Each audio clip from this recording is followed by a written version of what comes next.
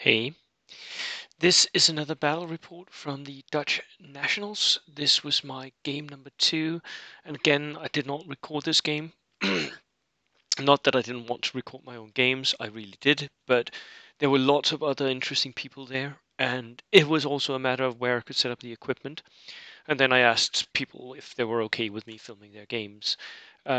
So you'll see a lot of games being released on video, but my own games, sadly not. So this was my second game, and at this point I had mm, rather convincingly won my first game. A lot of the international players did during the first round. So so that put a lot of the top competitive players together. And in this case, they Swiss drew at this point, and I got paired up with one of the Danes, Kent, whom I had played once before at a rookie event that I was hosting, where he came second. So we already knew each other a bit, not enough for me to be able to accurately predict what he would do, but I was fairly certain that I could win this game. Because Kent was bringing Japanese, and we were playing Heartbreak Ridge.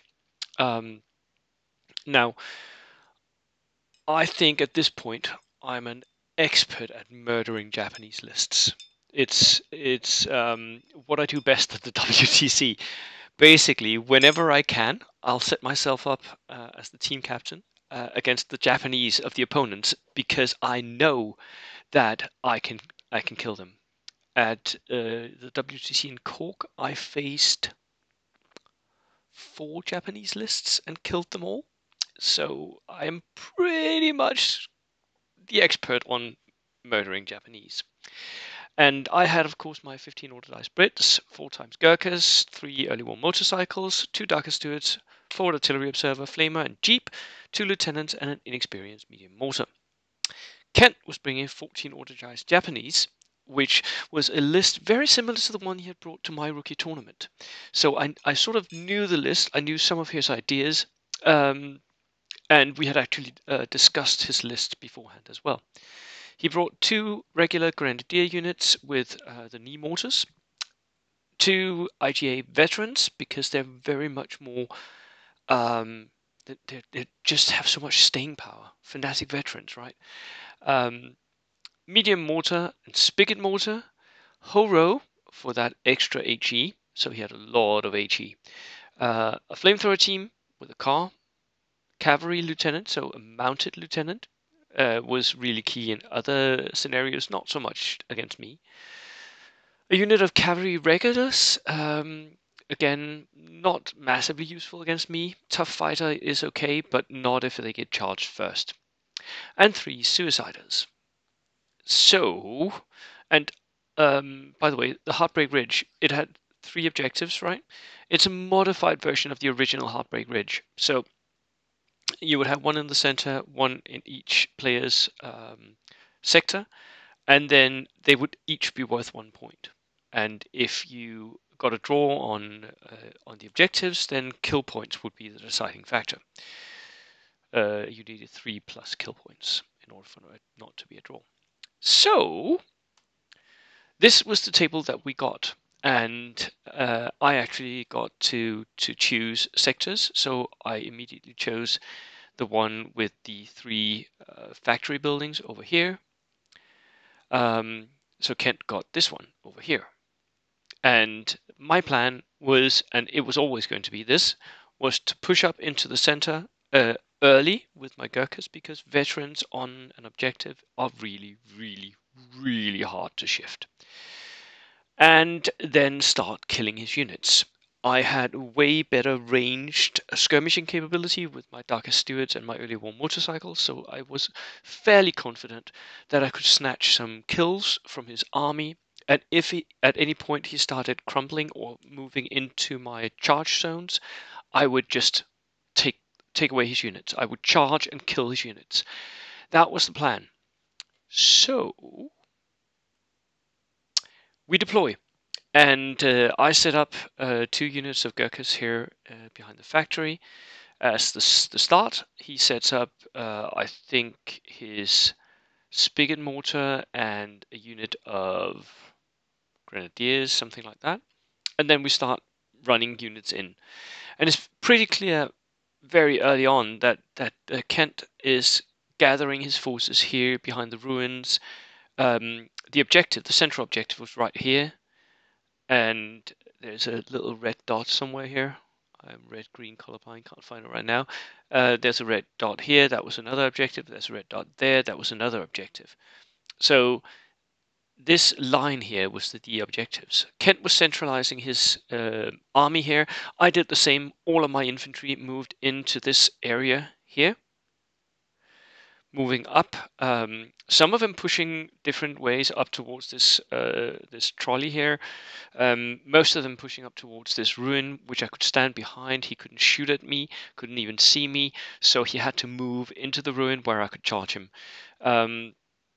And then I sent my Daka, my stewards, and my motorcycles to the flanks to skirmish and to see if I could snatch some kills, which I did. Kent sent a little bit towards the flanks. He had a suicider placed over here, a suicider placed over here, and one somewhere in these ruins. So he spread out his suiciders, which was clever because I was always going to try and rush the flanks with my Daka, which is what the suiciders are there for. But he could never actually get them to connect except one place, which I'll get back to.